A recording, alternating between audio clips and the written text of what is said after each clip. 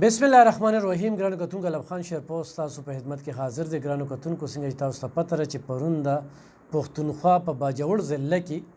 کومه ناوړه پیښه شوې ده او قریبا 50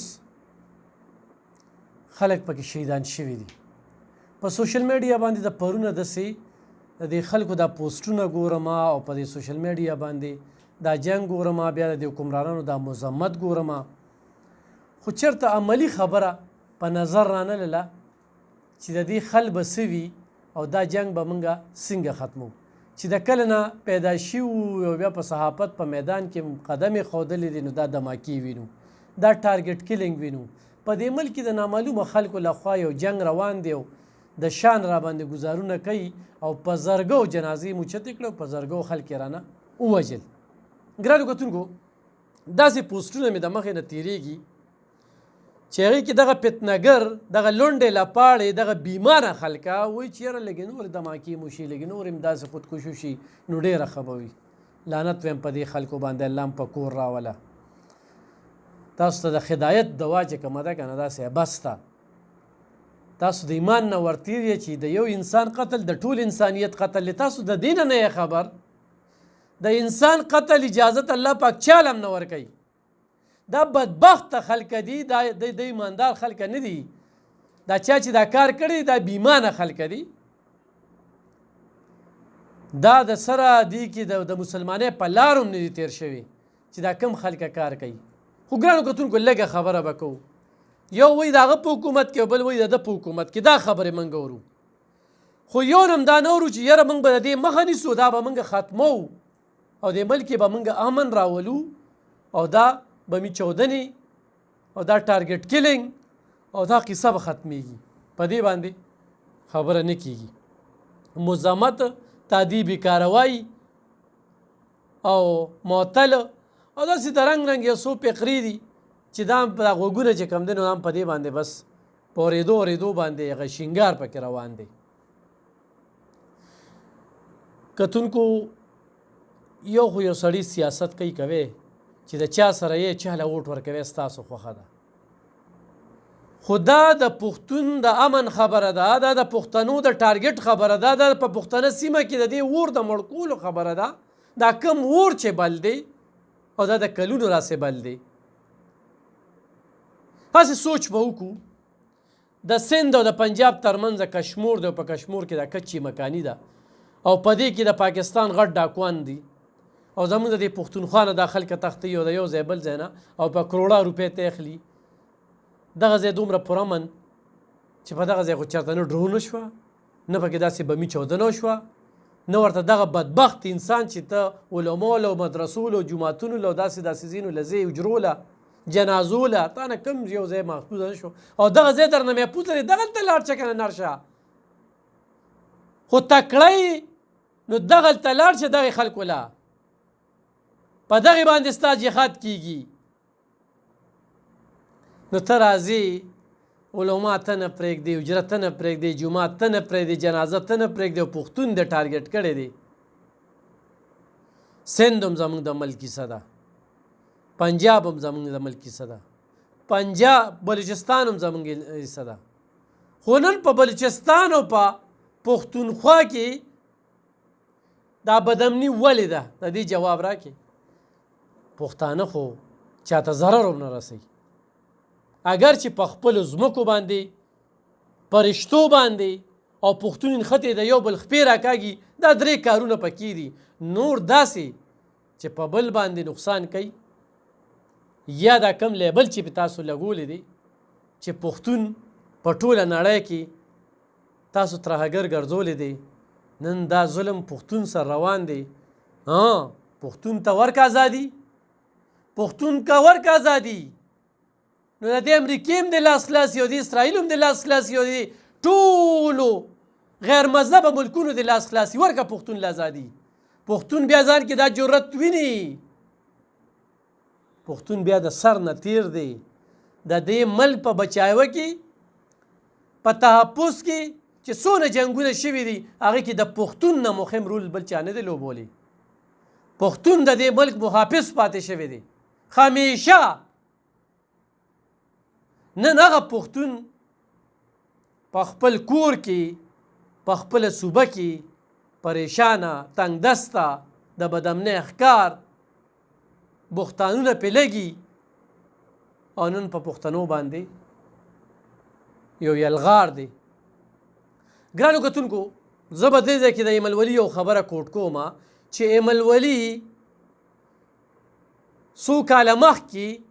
بار بار دا چغې وهلې چې دا اور بیا بلیږي دا اور بیا بلیږي دا اور مړکول دي دا اور مړکول دي. د اور د بلیدو وجه یې ښودله چې وجه څه ده چې کم قید و دلته کې 5.5 زره ترهګر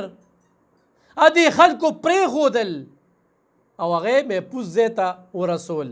هغه د بارډر نه وانړول هغه هم په دې صوبه کې پرېښودل چې هغه بیا د سوات غرونو ته مختل او هغه د دې غرونو کې هم کار کوي. وجه هم ښودله. نن هم هغه وجه ده چې دغه کې کم خلک ملوث دي کم ککړ دي اکثریتي خلکو ته معلوم دي خو چې د کمو خلکو ته معلوم نه دي نو هغوی ته زه دا وایم چې هغه ټیم کې کم کرداره دا کول په کارو په تیر حکومت کې نن هغه فتنو ته زه وایم دا کومې فتنې چې لګیا دي جراثیم د سوشل میډیا او دا غلط کمنټس کوي نو ستا په حکومت کې د APS واقعا نه ورغلي د 1.5 سل ماشومانو تپوس چې زه نن نه کوم نو څوک به کوي د دې جواب به ماله څوک راکوي چا وکړه ده په پولیس لاین باندې چا بمې چاودنه وکړه په کیسه خوانه کې چا په جومات باندې وکړله داسې په نورو سیمو کې وشوله. بیا خو د دغه هم جواب ورکړئ که نه چې تاسو نن د دې پوښتنه کوئ خو تاسو د حکومتونو دپاره دغه شانتې د انډیا فلم هم ته جوړ کړي چې له 20 مړه که 50 مړه که او 100 مړه که نو لعنت دې وي ستاسو په داسې حکومتونو په داسې کرسۍ باندې چې د هغې دپاره تاسو وینې تویوئ میاندې جړوئ خویاندې کونډوئ بچي یتیمان کوئ نو ستاسو په دغه کرسو هم لعنت وي ټولو ته وایم ټولو حکمرانانو ته د پاکستان نه دې وخت کې د انډیا هغه مووي جوړه کړې ده وي چې دې کرسۍ ته زه رسېدلی یم نو دې لپاره ما ډېر قتل عام کړی دی خو دغه سیسټم وي نو به بیا خو موږ ته څپه ووایې قام ته څپه ووایې قام بیا تپوس کولی شي خو دې ته مه کښېنه چې په سوشل میډیا باندې دا پوسټونه ګورم دا هغه کړي او دا د هغه په حکومت کې شوي هر چا په حکومت کې چې کېږي خو پښتون مري ستاسو په دغه لیډرانو د شقرو لګي دا کومو پسې تاسو منډې وکئ دا خو د کرسو دپاره چې کوم دی بیا هلته کې ناست وي دلته یې ورکر چې کوم دی ذلیل او خوار کېږي تپوس پوښتنې نه کوي خو همدغه حکومت کې چې بتې به اخیستې کېدې عاطف خان د دې تایید کړی دغه شانته هغه نمونه چې وه بیرسټر صاحب هغه یې تایید کړی هغه لاوي زه په افغانستان کې هم جنګېدلی یم داسې ترجمان و اوس خلک وایي یاره مونږ خو بته ورکوله خو امن مو پښتون جامې سره دا ضیب نه کوي پښتون چې کوم دی چاله بتې نه ورکوي اذان پې وجني دا ترهګري دا د جړلې نه ختمول دي را روان کول ته دا یو صوبه یو امن صوبه پرېښودل دي نن د قبایلو ذلو کورونه ړنګ شو چې تپوس ونه کړو کاروبارونه ړنګ شو چې تپوس ونه کړو بې کوره شو بې دره شو د زنانو بې عزتۍ شوې چې تپوس ونه کړو زه نن هغه پوښتنو ته م وایم چې تاسو د کومې فتنې سندرې وایې نو په هغه ټیم کې څه شو او نن څه کېږي دام ګرم دي هغې سر کې ګرم دي چې چا د جیلونو نه دغه خلکه خوشي کړي وو نن هغه خلکه چې کوم دي هغه خوشه خلکه دا خوشه کار کوي د باجوړ په دې واقعه باندې الفاظ ختم شي چې ووایو پیسو چاته ووایو د خبرو خلک پکار دی ریاست ذموار دی او دا حکمرانان د دې هر څه ذموار دي نن خو زمونږ د ملک ایجنسۍ او زمونږ د ملک سیکورټي د هغې خو صفتونه کېږي او په هغه ملک کې جنګ روان دی او د شا نمولې تپوس پوښتنه نشته د دې جواب ورکول دي دوی سره داسې کم الادین چراغ دی چې راځي په دې چک پوسټونو او دلته کې چې کوم دی نو بمي چودنه کوي دوی له دا زمري زړه چا ورکه سوالونه ډیر دي ډاګیز دي د دې خل پکار دی خو خبره د پیسو وي په خپل قام باندې پیسې مه ګټئ په دې ملک کې سره زر سپین زر هر یو څیز دی پکې تاسو په دې خپلو عیاشو په دې چرچو باندې لږ قابو بیا مونې تاسو په دې خپل پروټوکول باندې لږ قابو مونې دا تاسو چې نن کمې عیاشۍ شروع کړي دا کم خرچې او اخراجات ستاسو دي په دې باندې لږ تاسو بیا نظر ثانیو کې نو ګرانو کتونکو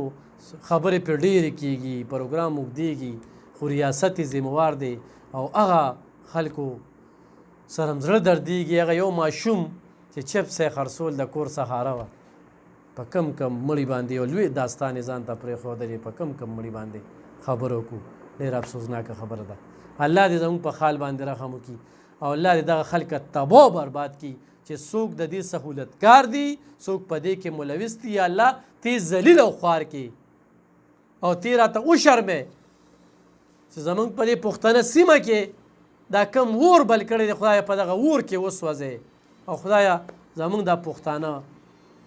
پیم کې هدایت هم ورکړي شعور هم ورله ورکړي او د یووالي توان هم ورله ورکړي او د هغه لیډر پسې کړي چې هغه لیډر د دې قام فکر کوي هغه لیډر پسې کړي د دروغجن نه د فریبجن نه او د ډرپوک لیډر نه وساتي د مکار لیډر نه وساتي اوس په مکار څوک وي ډرپوک څوک دی دروغجن څوک دی فریبجن څوک دی دا ټوله دنیا یې پیژني نو ډېر زیات خفه یو ډېر زیات خفه یو ډېر زیات خفه یو جلسې له خو به د هر چا جلسې له څوک په د جمعیت جلسې له ځي څوک په یارۍ دوستۍ کې جلسو له ځي بله ورځ زموږ په پړانګار کې جلسه وه د هرې ډلې خلکه پکې ناستو تا خو ځي بیا تقریر ووري کیدای شي پکې څوک پکې چا نه متاثره شي او تاسو لګیا یې په هغه ورکر پسې چې او دی ولې ته او خره چې پکې مړه لاړه نو الله دې په کور راولن بیا ورته پته